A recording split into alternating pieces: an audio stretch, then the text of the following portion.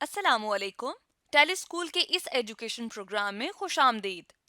ये programme TV पर हुकूमत पाकिस्तान और सबक फाउंडेशन की शिराकत से पेश किया जा रहा है।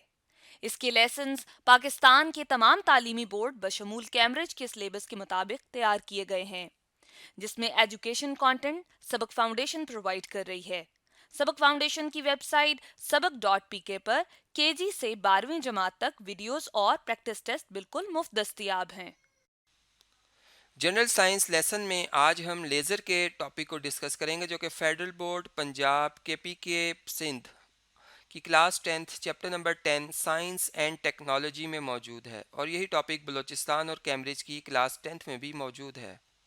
इन वीडियोस को सुनने के बाद, देखने के बाद आपको लेज़र के मीनिंग और लेज़र और एक आम लाइट में फ़र्क करना और वर्किंग ऑफ लेज़र अच्छे तरीके से समझ आ जाने चाहिए।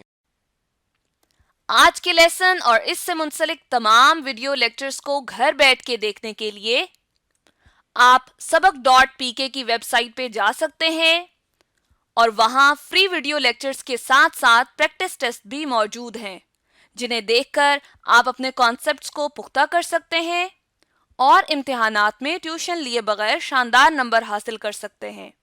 ये सब कुछ सबक.pk की वेबसाइट पर बिल्कुल मुफ्त दस्तयाब है। Students welcome to this lecture. इस लेक्चर में हम डिस्कस करेंगे लेज़र को और देखेंगे कि लेज़र से क्या मुराद है।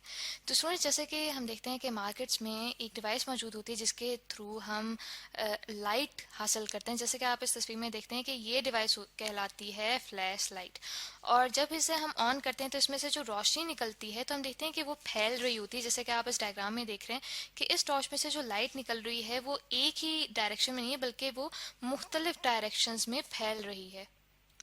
जबकि स्टूडेंट्स, इसके मुकाबले में कुछ टॉर्चेस ऐसी होती हैं जिनके अंदर से बिल्कुल एक ख़ास डायरेक्शन में लाइट बीम्स निकल रही होती हैं। जैसे कि आप इस डायग्राम में देख सकते हैं कि ये ऐसी टॉर्चेस हैं जिनमें से जो लाइट निकल रही है वो फैल नहीं रही। ठीक है, फैल भी नहीं रही, और हम देख सकते हैं कि इनकी जो लाइट है वो बहुत इंटेंस है, शिद्दत वाली है, उसकी रंगत से हमें पता चल रहा है। तो स्टूडेंट्स, ये वाली टॉर्चेस हैं, इनके अंदर से जो रेज निकल रही हैं वो कहलाती हैं लेज़र। और लेज़र का हम देख सकते हैं स्टूडेंट्स कि वो फैल नहीं रही, इसीलिए वो बहुत फासले तक सफ़र तय करती है। और हम ये देख सकते हैं कि जो फ्लैश लाइट्स होती हैं, जो टॉर्चेस हम घरों में इस्तेमाल करते हैं, इनमें से जो लाइट होती है वो बहुत फासले तक सफ़र तय नहीं करती, बल्कि बिल्कुल कुछ फासले तक ही ये मखसूस होती हैं। तो स्टूडेंट्स, इस लेक्चर में हम यही देखेंगे कि जो लेज़र्स होती हैं ये कैसी रेडिएशंस होती हैं और इनके क्या क्या करेक्टरिस्टिक्स, यानी कि क्या क्या खसूसियात होती हैं इनकी। तो स्टूडेंट्स, सबसे पहले मैं आपको बताती चलूँ कि जो लेज़र है वो मुखफ़िफ़ है, एक्रोनिम है light amplification by stimulated emission of radiation का। ठीक है, यानी कि आप देख सकते हैं कि जो लेज़र है, ठीक है, वो मुखफ़िफ़ है light amplification by stimulated emission of radiation का। तो स्टूडेंट्स, यहाँ पे हम देख सकते हैं कि लाइट एम्प्लीफिकेशन से मुराद है कि जो लाइट है उसको, उसकी शिद्दत को बढ़ाया जा रहा है, यानी कि उसे ज़्यादा ताकत वाली बनाया जा रहा है। और किस प्रोसेस के थ्रू बनाया जा रहा है? स्टिमुलेटेड एमिशन ऑफ रेडिएशन से। और स्टूडेंट्स, जिस प्रोसेस के थ्रू इन रेडिएशंस को एमिट किया जाता है, ठीक है, उस प्रोसेस को स्टिमुलेट किया जाता है। स्टिमुलेट से मुराद ये कि किसी एक्सटर्नल फोर्स की वजह से उस प्रोसेस को करवाया जाता है। तो इस एमिशन ऑफ रेडिएशन को कहा जाता है स्टिमुलेटेड एमिशन ऑफ रेडिएशन। तो students, stimulated emission of radiation को मैं ज़्यादा वाज़ा आपको इस डायग्राम के थ्रू करूँगी कि आप इस डायग्राम में देख सकते हैं कि जैसा कि हम जानते हैं कि जो एटम्स होते हैं उनके अंदर मुख्तलिफ एनर्जी लेवल्स होते हैं। ठीक है, तो यहाँ पे आप देख सकते हैं कि इस एटम के अंदर हमें दिखाया गया है कि न्यूक्लियस मौजूद है और न्यूक्लियस के इर्द गिर्द एनर्जी लेवल्स हैं, और यहाँ पे एक इलेक्ट्रॉन भी शो किया गया है जो कि ग्राउंड स्टेट पे है। तो यहाँ पे इस एटम के ऊपर जब एक फोटोन स्ट्राइक किया है तो वो फोटोन एब्जॉर्ब करेगा ये इलेक्ट्रॉन, और जब ये इलेक्ट्रॉन इस फोटोन को एब्जॉर्ब करेगा तो वो एक एक्साइटेड स्टेट में चला जाएगा। तो स्टूडेंट्स, इसके बाद दो तरीके हो सकते हैं कि ये जो इलेक्ट्रॉन है अपनी ग्राउंड स्टेट में आए। एक तो तरीका ये हो सकता है कि ये खुद से अपनी ग्राउंड स्टेट में वापस आ जाए और एक फोटोन को एमिट आउट करे। ठीक है, तो यहाँ पे हम बना देते हैं कि एक फोटोन को ये एमिट आउट करेगा। ठीक है, दूसरा तरीका ये हो सकता है कि कोई एक्सटर्नली तरीके से इसको डी एक्साइट किया जाए, यानी कि किसी बैरूनी ताकत की वजह से ये अपने ग्राउंड लेवल तक जाए और फिर फोटोन को एमिट आउट करे। तो सुनिए, जो बैरूनी ताकत की वजह से ये डी एक्साइट होगा, इस प्रोसेस को कहा जाता है स्टिमुलेटेड एमिशन ऑफ रेडिएशन, और लेज़र के अंदर यही तरीका इस्तेमाल होता है लेज़र को प्रोड्यूस करने के लिए। तो स्टूडेंट्स, अब हम देखेंगे कि जो लेज़र्स होते हैं उनकी क्या क्या खसूसियात होती हैं, क्या क्या कैरेक्टरिस्टिक्स होते हैं। तो स्टूडेंट्स, सबसे पहले हम देखते हैं कि जो लेज़र्स होती हैं वो बहुत इंटेंस होती हैं। इंटेंस का मतलब ये हुआ कि उनकी इंटेंसिटी ज़्यादा होती है, यानी कि ज़्यादा ताकत की होती हैं, और वो जिस एरिया पे पड़ रही होती हैं वहाँ पे ज़्यादा पावर को वो ट्रांसमिट करती हैं। ठीक है, क्योंकि इंटेंसिटी का हम जानते हैं कि इंटेंसिटी से मुराद ये होता है कि पावर पर यूनिट एरिया जितनी ट्रांसमिट हो रही हो उसको इंटेंसिटी कहा जाता है। और यूं जो लेज़र्स होती हैं उनकी इंटेंसिटी बहुत ज़्यादा होती है as compare to normal light के। इसी तरह से स्टूडेंट्स, जो दूसरी खसूसियत होती है लेज़र्स की वो ये होती है कि ये हाईली डायरेक्शनल होती हैं। ठीक है, ये हाईली डायरेक्शनल होने से मुराद ये है कि जैसे कि स्टूडेंट्स मैंने आपको डायग्राम दिखाई थी जिसके अंदर एक फ्लैश लाइट थी और दूसरी तरफ हमारे पास वो टॉर्चेस थी जिनके अंदर से लेज़र एमिट आउट हो रही थी।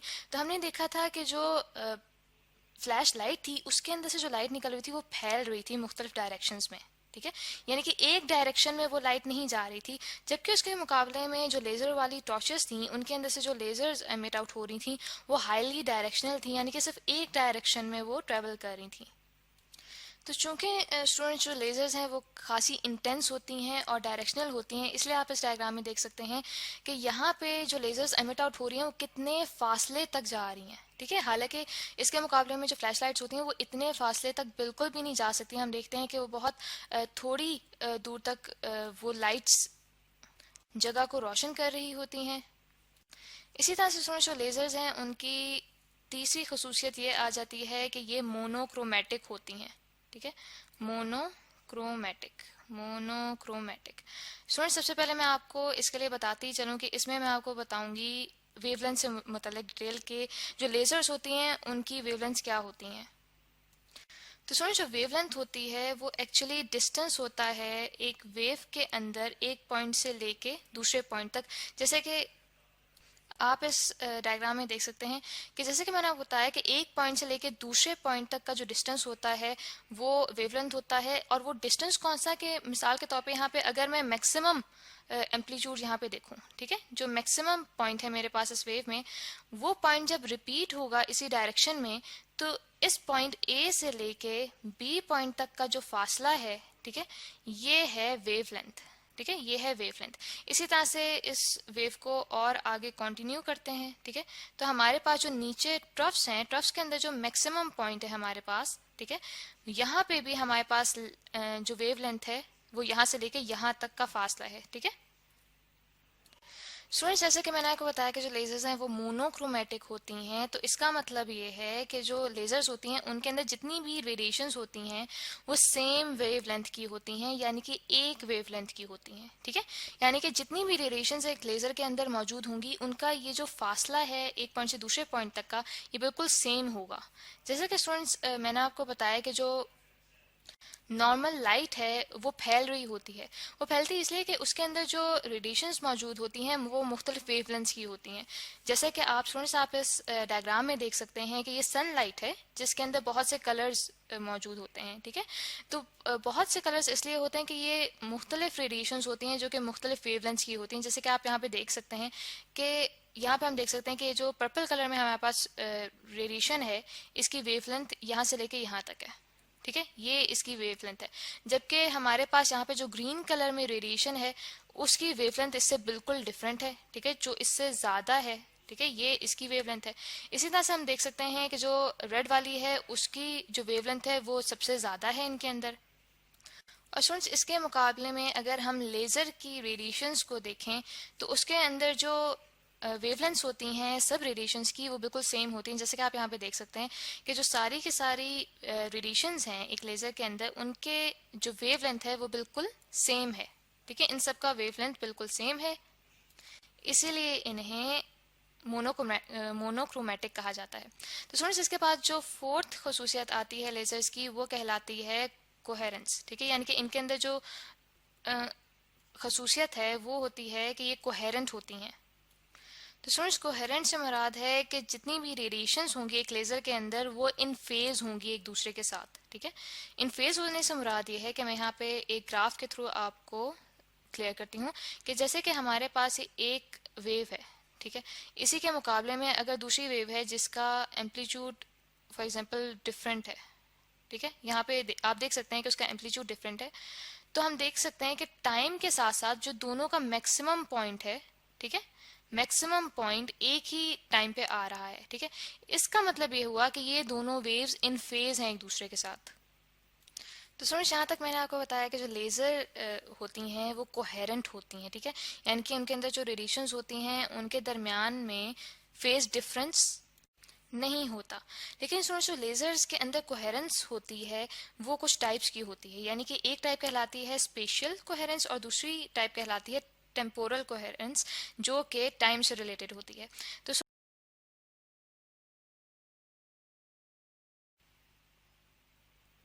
Students, welcome to this lecture. जैसा कि सर पिछले लेक्चर में हम लेज़र को डिस्कस कर रहे थे कि लेज़र से क्या मुराद है और हम देख रहे थे कि लेज़र की क्या क्या खसूसियात होती हैं। तो हम लास्ट में डिस्कस कर रहे थे इसकी 4 खसूसियत जो कि होती है कोहेरेंस, ठीक है, कि जो लेज़र्स होती हैं वो कोहेरेंट होती हैं। दैट मीन्स कि लेज़र के अंदर जितनी भी रेडिएशंस मौजूद होती हैं उनके दरमियान में फेज डिफरेंस नहीं होता, वो सारी की सारी फेज में होती हैं एक दूसरे के साथ, जिसे कहा जाता है कि ये इन फेज हैं। तो स्टूडेंट्स, उसी डिस्कशन को कंटिन्यू करेंगे हम इस लेक्चर में। तो मैंने आपको बताया था कि जो कोहेरेंस होती हैं उसके 2 टाइप्स आ जाती हैं लेज़र के अंदर। एक टाइप कहलाती है स्पेशल कोहेरेंस, ठीक है, एक टाइप कहलाती है स्पेशल कोहेरेंस, कोहेरेंस, ठीक है, जिससे हमें पता चलता है कि जब स्पेस से रिलेटेड कोहेरेंस हो, ठीक है, यानी कि स्पेस के अंदर मुख्तलिफ जगहों पे जब रेडिएशंस एक दूसरे के साथ इन फेज होंगी तो ऐसी कोहेरेंस को कहा जाता है स्पेशल कोहेरेंस, ठीक है। इसी तरह से लेजर्स के अंदर दूसरी टाइप की कोहेरेंस भी होती है जो कि कहलाती है temporal coherence, temporal coherence. Temporal coherence ऐसी कोहेरेंस होती है जो कि टाइम से रिलेटेड होती है, ठीक है, यानी कि हम मुख्तलिफ टाइम्स के ऊपर लेज़र को चेक करें तो मुख्तलिफ टाइम्स पे लेज़र कोहेरेंट होगी। स्पेशल कोहेरेंस के अंदर जो वेवलेंथ डिफरेंस होता है मुख्तलिफ रेडिएशंस के अंदर जो कि लेज़र बनाती हैं उनके दरम्यान में जो वेवलेंथ डिफरेंस होता है ये कांस्टेंट रहता है, ठीक है। कांस्टेंट को मैं यहाँ पे CONSTT से शो कर रही हूँ। इसी तरह से जो टेम्पोरल कोहेरेंस है इसके अंदर जो फ्रीक्वेंसी डिफरेंस है वो कांस्टेंट रहता है रेडिएशंस के दरमियान, ठीक है। तो स्टूडेंट्स, अगर जनरली इसको देखें कोहेरेंस को जो कि लेज़र के भी हमने डिस्कस की है, इसको एक एग्जांपल के थ्रू हम यहाँ पे डिस्कस करते हैं कि हम यहाँ पे देख सकते हैं कि जो LED है यानी कि लाइट एमिटिंग डायोड से जो लाइट एमिट हो रही होती है वो ऐसी लाइट होती है जो कि मोनोक्रोमेटिक होती है, ठीक है, यानी कि एक कलर की होती है और एक वेवलेंथ की होती है, ठीक है। लेकिन जो LED से यानी कि लाइट एमिटिंग डायोड से जो लाइट एमिट आउट हो रही होती है उसकी वेव्स इन फेज नहीं होती, यानी कि नॉन कोहेरेंट होती हैं। तो स्टूडेंट्स, यहाँ पे आप देख सकते हैं कि जो सारी की सारी वेव्स हैं उनके दरमियान में जो फासला है, यानी कि मिसाल के तौर पे जो मैक्सिमम पॉइंट अगर मैं एक वेव का लूँ, यहाँ से लेके यहाँ तक का जो फासला यानी कि वेवलेंथ है वो बिल्कुल सेम है दूसरी वेव के साथ, ठीक है। यहाँ पे आप देख सकते हैं इन दोनों के दरमियान में जो फासला है वेवलेंथ है वो बिल्कुल सेम है, लेकिन ये वेव्स इन फेज नहीं है। उसके लिए हम चेक यहाँ पे इस तरह से कर सकते हैं कि अगर मैं यहाँ पे एक्सेस बनाऊँ, ठीक है, यहाँ पे देखें ये 0 से एक्सेस बना रही हूँ, तो आप यहाँ पे देख सकते हैं कि जो सारी की सारी वेव्स हैं वो डिफरेंट टाइम पे स्टार्ट हो रही हैं, ठीक है, यानी कि जो इनके स्टार्टिंग पॉइंट्स हैं तीनों वेव्स के डिफरेंट हैं। इसलिए हमें ये पता चल रहा है कि जो तीनों की तीनों वेव्स हैं ये फेज में नहीं है। जबकि स्टूडेंट्स, इसके मुकाबले में अगर हम लेज़र की वेव्स को यहाँ पे देखें इस डायग्राम में, तो यहाँ पे हम देख सकते हैं कि जो सारी की सारी वेव्स हैं वो मोनोक्रोमेटिक भी हैं, ठीक है, यानी कि 1 कलर की हैं, 1 वेवलेंथ की हैं, क्योंकि इनके जो वेवलेंथ है यहाँ पे हम देख सकते हैं कि अगर मैक्सिमम पॉइंट लूँ मैं इस वेव का तो वो बिल्कुल सेम है एज कंपेयर टू दूसरी वेव के, ठीक है, दूसरी वेव की जो वेवलेंथ है उसके बिल्कुल इक्वल है।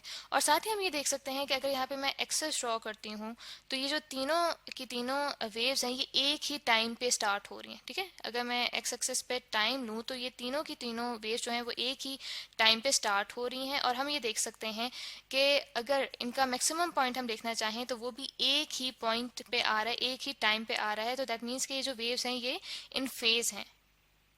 तो स्टूडेंट्स यहाँ पे तो हमने जनरली कोहेरेंस को डिस्कस किया है इन डायग्राम्स के थ्रू। अगर हम वो देखना चाहें कि जैसे कि हमने डिस्कस किया था कि जो कोहेरेंस है वो दो टाइप्स की हो सकती हैं लेज़र के अंदर, एक होती है टेम्पोरल और दूसरी होती है स्पेशियल, तो उसको हम इस डायग्राम के थ्रू ज़्यादा बेहतर तरीके से समझ सकते हैं। तो स्टूडेंट्स यहाँ पे आप देख सकते हैं कि जब रेडिएशंस के दरमियान में टेम्पोरल कोहेरेंस नहीं होती, ठीक है, यानी कि वो इनकोहेरेंट होती हैं, तो हम यहाँ पे देख सकते हैं कि उनके दरमियान में जो डिफरेंस इन फ्रीक्वेंसी है वो कांस्टेंट नहीं है। जबकि जब हमारे पास रेडिएशंस के दरमियान में टेम्पोरल कोहेरेंस होती है तो टाइम के साथ हम देख सकते हैं कि जो फ्रीक्वेंसी डिफरेंस है वो बिल्कुल कांस्टेंट रह रहा है। इसी के मुकाबले में स्टूडेंट्स हम देखते हैं कि जो स्पेशियल कोहेरेंस है वो मैंने आपको बताया था कि मुख्तलिफ जगहों पे जब हमारे पास कोहेरेंस आ रही हो स्पेस में, उस कोहेरेंस को कहा जाता है स्पेशियल कोहेरेंस। और यहाँ पे हम देख सकते हैं कि जब हमारे पास स्पेशियल कोहेरेंस नहीं होगी तो तब रेडिएशंस के दरमियान में जो वेवलेंथ डिफरेंस है वो सेम नहीं होता, सॉरी वो कांस्टेंट नहीं होता। जबकि स्टूडेंट्स उसके मुकाबले में जब हमारे पास रेडिएशंस के दरमियान में स्पेशियल कोहेरेंस होती है तो उसमें हम देख सकते हैं कि जो रेडिएशंस हैं उनके दरमियान में जो डिफरेंस इन वेवलेंथ है वो कांस्टेंट है। तो स्टूडेंट्स जो लेज़र की क्वालिटी है कोहेरेंस की, ये हमें कहाँ पे हेल्प आउट करती है, किन जगहों पे इसके यूजेस हम देख सकते हैं। तो हम देखते हैं कि लेज़र को जहाँ पे होलोग्राफी के लिए यूज़ किया जाता है, ठीक है, यहाँ पे मैं लिख देती हूँ कि जो होलोग्राफी का प्रोसेस है जिसके अंदर 3 डायमेंशनल इमेजेस बनाए जाते हैं, वहाँ पे कोहेरेंस की जो क्वालिटी है वो इस तरह से हेल्प आउट करती है कि जो होलोग्राफी का प्रोसेस है वो एक्चुअली इंटरफेरेंस की वजह से होता है।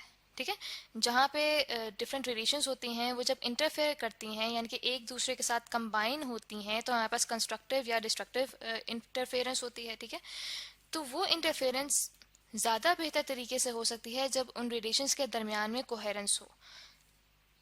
तो इसीलिए नॉर्मल लाइट के मुकाबले में जो लेज़र्स हैं वो इस प्रोसेस के लिए इस्तेमाल की जाती हैं, क्योंकि जो लेज़र्स हैं वो हाईली कोहेरेंट होती हैं। उनके थ्रू ऐसे इमेजेस बनाए जाते हैं जिनके ज़रिए से रिसर्च का काम हो सकता है या फिर मेडिकल यूजेस के लिए इस्तेमाल किया जा सकता है। जैसे कि आप स्टूडेंट्स यहाँ पे देख सकते हैं कि ये एक होलोग्राम है, यानी कि इमेज बनाया गया है 3 डायमेंशनल ब्रेन का, जिसके थ्रू इसको स्टडी करना ईजी है। इसी तरह से स्टूडेंट्स एक और प्रोसेस होता है जो कि कहलाता है, या फिर टेक्निक होती है जो कहलाती है डॉपलर वेलोसिटी मेजरमेंट।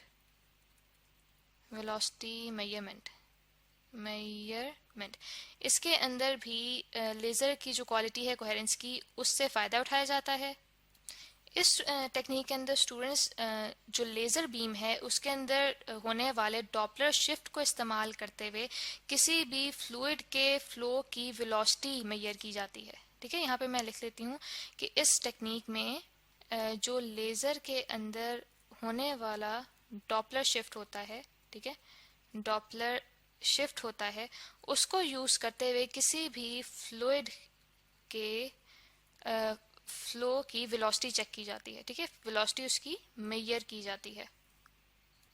और ये जो टेक्निक है डॉपलर वेलोसिटी मेजरमेंट की, इसके थ्रू ब्लड के फ्लो को मॉनिटर किया जाता है और इसके अंदर जो रेडिएशंस इस्तेमाल की जा रही हों उनके अंदर अगर कोहेरेंस पुअर हो, यानी कि इतनी ज़्यादा कोहेरेंस ना हो, तो उसकी वजह से मेजरमेंट्स में एरर्स आ सकते हैं।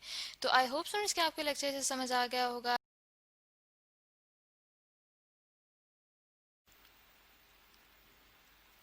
स्टूडेंट्स डिस्कस करेंगे हीलियम नियॉन लेज़र को। असल में हम देखेंगे कि हीलियम और नियॉन को इस्तेमाल करते हुए हम किस तरह से लेज़र प्रोड्यूस कर सकते हैं।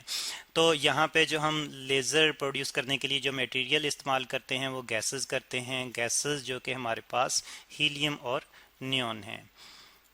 हीलियम को मैं उसके सिंबल HE से रिप्रेजेंट कर रहा हूँ और नियॉन NE। ठीक है, दोनों का मिक्सचर हम यूज़ करते हैं। और अगर हम क्वांटिटी की बात करें तो हीलियम को हम टोटल मिक्सचर का जो है वो 80 से 85% लेते हैं, 85%। और अगर हम नियॉन की क्वांटिटी की बात करें तो नियॉन की क्वांटिटी टोटल मिक्सचर का हम 20 से 15% तक लेते हैं, ठीक है। तो यहाँ पे जो असल में लेज़र प्रोड्यूस होगी वो नियॉन की वजह से होगी, यानी कि जो लेजिंग मीडियम है वो नियॉन है, लेजिंग मीडियम मीडियम। तो यहाँ पे फिर हीलियम का क्या काम है? तो स्टूडेंट्स हीलियम जो है वो यहाँ पे एक्साइट पंपिंग मीडियम के तौर पर इस्तेमाल होता है, यानी कि एक्साइट करवाता है नियॉन एटम्स को,